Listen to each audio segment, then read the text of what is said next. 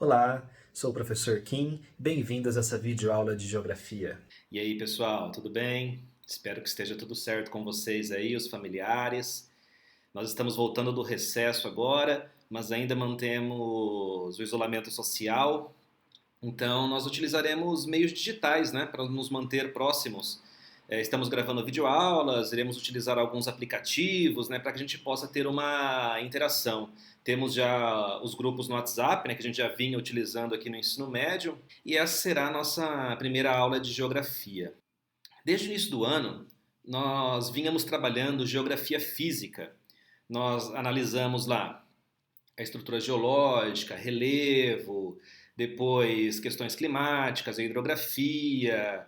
E nas últimas aulas eu enviei material para vocês, né, sobre os domínios morfoclimáticos e os biomas brasileiros. Dessa maneira, nós encerramos a parte física do conteúdo do segundo ano. E nós entraremos agora em indústria brasileira. Dessa maneira, a aula de hoje tem como título Industrialização do Brasil. E esse é um tema muito importante porque está ligado diretamente ao nosso dia a dia, né? Todos os produtos que nós temos, que nós consumimos, eles são industrializados. O nosso modo de viver, o modo de nos organizarmos está estreitamente ligado à industrialização. Inclusive o local de moradia, né? Hoje, a grande maior parte da população global vive nas cidades. E isso é fruto da revolução industrial, né? Da mecanização do campo. Então, a atividade industrial é um conteúdo bastante importante por estar presente em nosso cotidiano e por mudar drasticamente nosso modo de vida, nossa organização socioeconômica. Historicamente, as relações comerciais, as relações econômicas, as atividades econômicas do Brasil, elas aconteceram de maneira centralizada em alguns pontos do vasto território brasileiro, né? E assim acontece também com a atividade industrial, que aparece primeiramente concentrada na região sudeste, né, no triângulo entre São Paulo, Rio de Janeiro e Minas Gerais, e nos últimos anos, de forma tardia, atrasada, essa indústria começa a se espalhar por outras áreas do Brasil.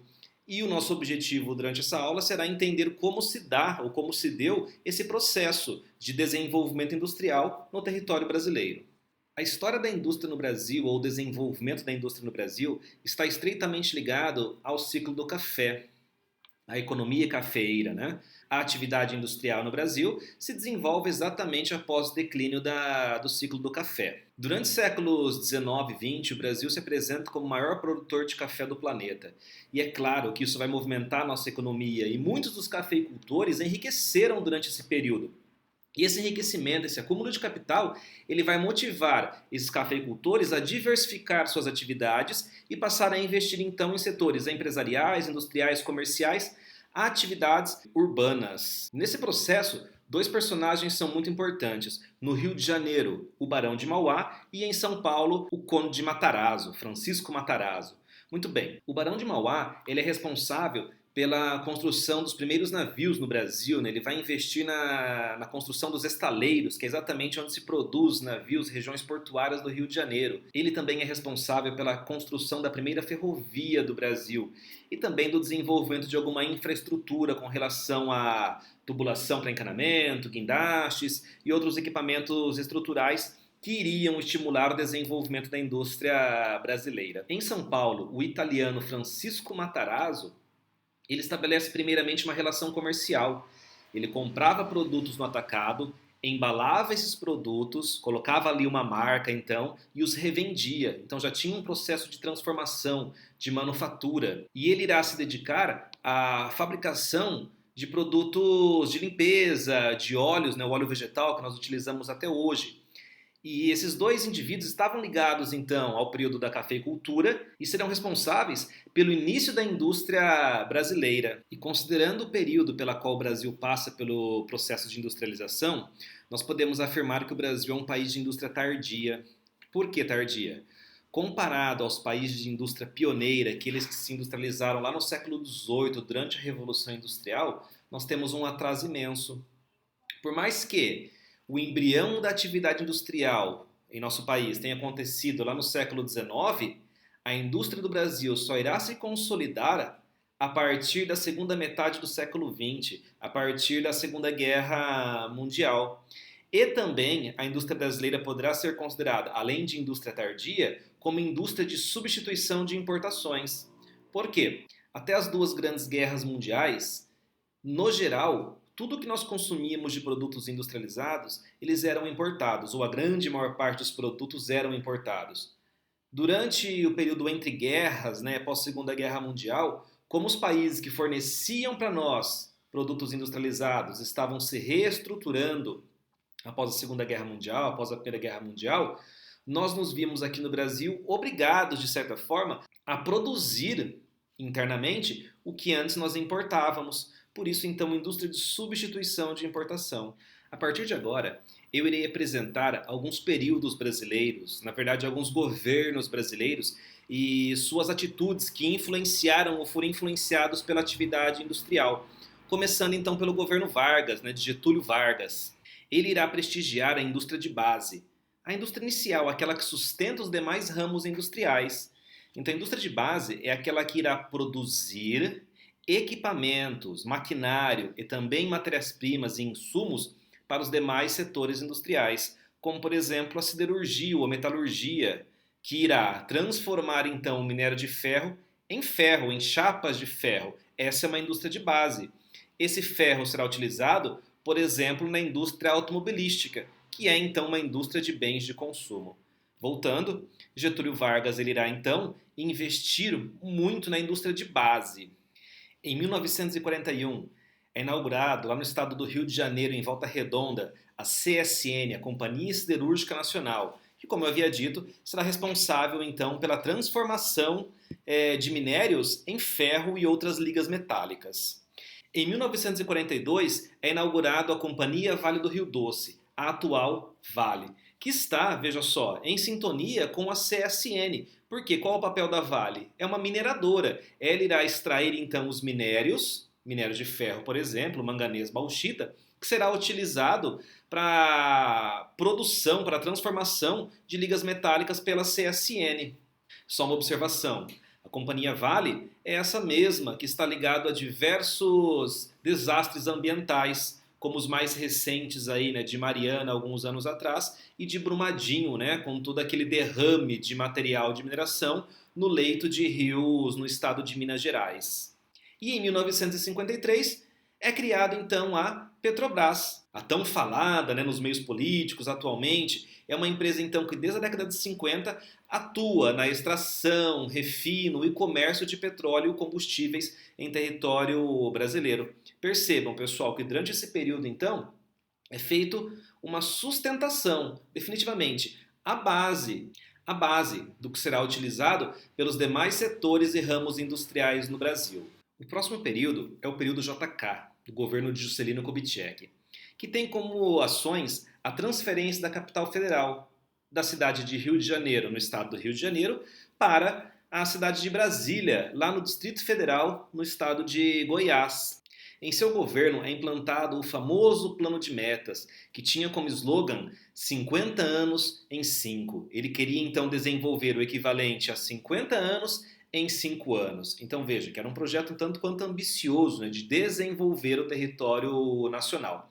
Para tanto, ele abre as portas do Brasil, abre a economia brasileira para a entrada de capital estrangeiro, através da oferta de benefícios, subsídios, redução de impostos e outros benefícios para que indústrias estrangeiras viessem se instalar em território brasileiro. É nesse momento que nós temos a implantação, a instalação de fábricas automobilísticas famosas ao redor do planeta, como, por exemplo, na imagem, a Volkswagen, a Mercedes-Benz, a Ford, a General Motors Company, empresas, portanto, europeias, né, alemãs e estadunidenses, se instalam no território brasileiro. E é claro que a entrada dessas empresas no Brasil era extremamente importante, pois elas iriam, além de movimentar a economia, gerando empregos, também modernizar o parque industrial brasileiro e ofertar então esses bens de consumo, caminhões e automóveis em nosso país. Na imagem você pode ver o presidente Juscelino Kubitschek no primeiro caminhão fabricado em território brasileiro. Esses períodos irão concretizar a concentração industrial brasileira na região sudeste, Por quê? É a região que teve então o histórico da cafeicultura e os maiores investimentos estatais, como nós vimos, aconteceram nesta região, principalmente nos estados de São Paulo, Rio de Janeiro e Minas Gerais. Como vocês podem ver, esta região terá então um vasto mercado consumidor, uma grande abundância de mão de obra, oferta de energia, proximidade das matérias-primas, né? A Companhia Vale do Rio Doce, por exemplo, as usinas siderúrgicas no estado do Rio de Janeiro e também uma infraestrutura logística, rodoviária e portuária para escoar, para exportar essas mercadorias, esses produtos industrializados. A partir da década de 70, o Brasil passa por um processo de desconcentração industrial. Veja, a indústria que estava concentrada na região sudeste começa a se espalhar por todo o território nacional, num processo que dura até a atualidade. Então, o objetivo seria instalar indústrias por todo o território do país, visando assim reduzir as desigualdades espaciais. Nós sabemos que diante da vastidão do território brasileiro, as diferenças socioeconômicas de uma região para outra, de um estado para o outro, são muito grandes. Então, na tentativa de reduzir essas desigualdades, o Brasil passa por um processo de desconcentração industrial, considerando ainda que a região sudeste já passava por um processo de saturação. Eu coloco entre aspas aqui, né? O que significa essa saturação? Ora, o preço da mão de obra estava alto, o aluguel, o transporte, os custos operacionais, os custos de produção começam a ficar mais altos na região sudeste. E aí, a partir disso, o setor industrial começa a buscar novas alternativas, novas regiões. Nessa busca por novas regiões, surgem então as chamadas guerras fiscais, a busca por incentivos fiscais. Eu já disse anteriormente, né? Então os estados eles começam a brigar entre si para atrair uma determinada indústria. Nessa briga, essa briga entre aspas, o que eles farão? Reduzirão impostos ou irão oferecer algum benefício. Vai doar o terreno para construção, vai isentar determinado imposto, diminuir tarifa energética, para que a indústria opte por um ou outro estado. Pois bem, se a desconcentração industrial no Brasil ela tem seu início lá em meados de 70, nós estamos falando exatamente do período da ditadura militar, que dura de 1964 a 1985, período em que os militares assumiram o poder após um golpe de Estado lá em 1964. Os governos militares consideravam que a iniciativa privada não teria recurso suficiente para investir em setores fundamentais infraestruturais para o desenvolvimento do Brasil. Então esse período será marcado por uma forte estatização da economia brasileira. O que significa isso? Presença do Estado no desenvolvimento do nosso setor produtivo. Então nós teremos pesados investimentos em setores de telecomunicação, siderurgia, geração de energia, indústria química e também a aeronáutica. Se o Parque Nacional está em desenvolvimento, está em crescimento, é necessário produção de energia. É desse período, portanto, a construção de importantes usinas hidrelétricas ao longo do território brasileiro, como, por exemplo, Sobradinho na Bahia, Tucuruí no Pará, Itaipu aqui no nosso estado, na cidade de Foz do Iguaçu, e Baubina no Amazonas. Só uma observação com relação à Baubina. Ela é considerada um dos maiores fracassos da indústria brasileira. Por quê? Ela gerou um impacto ambiental gigantesco num lago das proporções, né, uma área alagada nas proporções do lago de Itaipu, em meio à floresta amazônica, mas que não gera tanta energia. Ela é insuficiente para atender às necessidades da região. Então essa fica marcada como um dos fracassos da história do Brasil. Durante o período militar, no governo Médici, nós temos a mais expressiva política para a desconcentração da indústria no Brasil, que é a criação da Zona Franca de Manaus, o Polo Industrial de Manaus, lá no estado do Amazonas, no ano de 1967. Essa logotipo que aparece aqui na imagem, vocês talvez já tenham visto em alguma embalagem aí na sua casa, um eletroeletrônico, um eletrodoméstico. Por quê? Boa parte das geladeiras, aparelhos de televisão, são fabricados nessa região. As motocicletas da Honda, da Yamaha, são todas elas montadas lá na Zona Franca de Manaus. E o que é a Zona Franca? É uma região com redução de impostos, com subsídios, né, oferta de atrativos para a indústria. Veja, o objetivo era fazer com que a indústria saísse do Sudeste e fosse lá para o Norte ou Nordeste. Então, o que faria um industrial sair de São Paulo, Rio de Janeiro e ir se deslocar lá para o Nordeste ou para o Norte do país, em meia floresta amazônica? Eram necessários atrativos. Então, na Zona Franca de Manaus, nós temos uma significativa redução, em alguns casos isenção, de impostos na produção industrial. Esse período ele é chamado de milagre brasileiro, período do milagre brasileiro, pois nós tivemos um crescimento econômico, um crescimento do PIB bastante acelerado. Veja, o Brasil vinha se industrializando desde o governo Vargas, JK, e agora começa a modernizar seu parque. Então aumentou a produção industrial e com isso o PIB também passa a aumentar, mediante pesados investimentos estrangeiros. E aqui, esses investimentos em boa parte dos Estados Unidos, naquele momento, em plena Guerra Fria, numa política de contenção do avanço do socialismo em toda e qualquer parte do planeta, e ele também o faz aqui na América Latina, no Brasil e em outros países. Nós temos nesse período uma melhoria, uma estabilização no modo de vida da classe média brasileira. Por outro lado, a classe operária, os mais pobres, eles passam a ter um arroxo salarial, eles têm uma perda de poder de compra. Isso para quê? Para atrair investimento estrangeiro, para que indústrias estrangeiras viessem para cá. Pensem, onde a indústria vai se instalar? Onde tiver menores salários, né? Dentre outras questões, menores salários. Nesse momento, a variedade de produtos exportados, de produtos industrializados exportados, aumenta.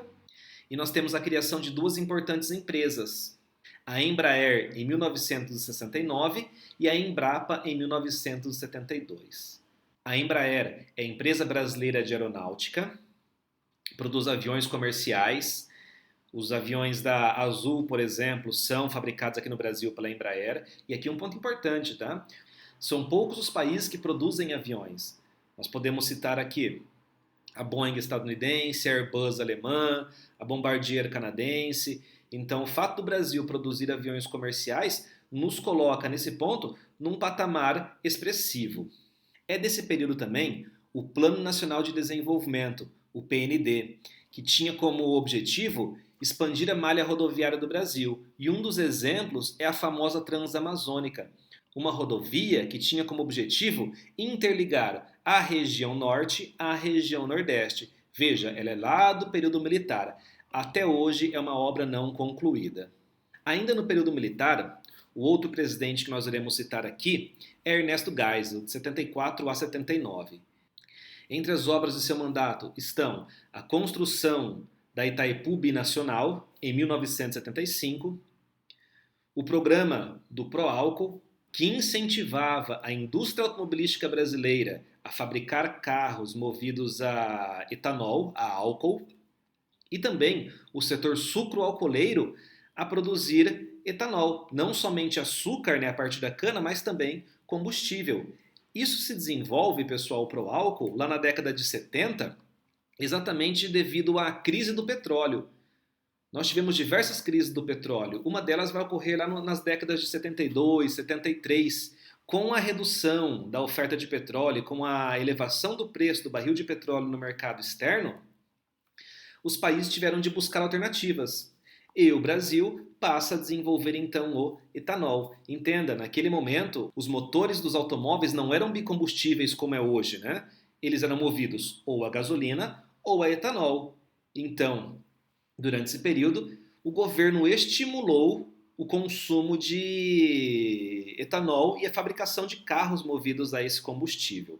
É também desse período o Programa Nuclear Brasileiro, para desenvolver então a geração de energia nuclear. E um ponto importante, o desenvolvimento da energia nuclear no Brasil acontece com fins pacíficos e não por necessidade. Nós temos outros meios de obtenção de energia, né, como por exemplo a hidrelétrica. Então o desenvolvimento da energia nuclear era para obtenção de tecnologia e para desenvolvimento de pesquisas. Então hoje nós temos, no estado do Rio de Janeiro, lá em Angra dos Reis, usinas nucleares que atendem aquela região. Por vezes, essas grandes obras do período militar, elas são financiadas a partir de empréstimos estrangeiros. Imagine a construção de usinas hidrelétricas, são obras caríssimas e, portanto, aumenta a dívida externa brasileira. Na verdade, nossa dívida vai para níveis extraordinários, né, nesse período. E junto a isso, nós temos uma redução no crescimento do PIB brasileiro. Finalizando, nós vamos para o período da redemocratização e abertura de mercado. Redemocratização porque é o período logo após a ditadura militar. Então, pela primeira vez em anos, né, em décadas, o brasileiro passa a votar. Nós voltamos a votar. Em 1889 é feita a primeira eleição direta após a ditadura. Fernando Collor de Mello, ele é eleito. Ele tem seu mandato de 1990 a 1992. Ele não conclui seu mandato, porque ele é o primeiro presidente a sofrer um processo de impeachment no território brasileiro. Seu governo é marcado pelo Plano Collor. Ele tinha como objetivo promover uma estabilização de nossa economia. Para tanto, Collor tinha um projeto de governo neoliberal. O que significa isso? Ele promoveria um afastamento do Estado, uma redução do Estado nas participações comerciais. Seu governo é famoso pelo Plano Collor, né, pelo plano de estabilização econômica. Entre suas práticas está a extinção de empresas estatais. Veja que até então nós tínhamos uma forte presença do Estado nos processos produtivos, né, no desenvolvimento da atividade industrial. Aqui, então, ele vai extinguir diversas empresas estatais, como, por exemplo, a própria CSN, que nós já discutimos durante essa aula. Ele aumentou o imposto sobre produtos industrializados para que o produto importado ficasse competitivo no mercado interno. É o período dos produtos made in, né? O Brasil passa a receber muitos produtos importados. É claro, aumenta aqui a oferta de produtos, no entanto, ele coloca em xeque o desenvolvimento industrial nacional. Muitos produtos não foram mais viáveis de ser fabricados no nosso território mediante a concorrência dos produtos estrangeiros. Ele congela preços de produtos e os salários, e a prática mais famosa, mais questionada e a mais criticada dele foi o bloqueio das contas bancárias. Ele bloqueou, simplesmente bloqueou o acesso às contas correntes por 18 meses de centenas de milhares de brasileiros. E isso é claro que vai levar a toda uma insatisfação popular que resultaria lá, mediante também a denúncias de corrupção, ao seu afastamento, ao seu processo de impeachment. Além de extinguir empresas estatais, ele vai privatizar uma série de outras empresas, então é um período marcado pelas privatizações. E tudo isso garantindo privilégios à indústria estrangeira, pautado e alinhado ao Consenso de Washington. O Consenso de Washington será estudado no próximo ano, mas eu já adianto aqui a vocês que é uma cartilha proposta pelos Estados Unidos na década de 90, promovendo políticas liberais em toda a América Latina. Essas políticas, então, serão adotadas, por exemplo, aqui no Brasil, por Fernando Collor de Mello. Pessoal, a partir disso, eu encerro essa aula e vocês têm aqui, então, um histórico do desenvolvimento industrial no Brasil. Espero que tenha sido proveitoso e nos vemos numa próxima aula. Até lá!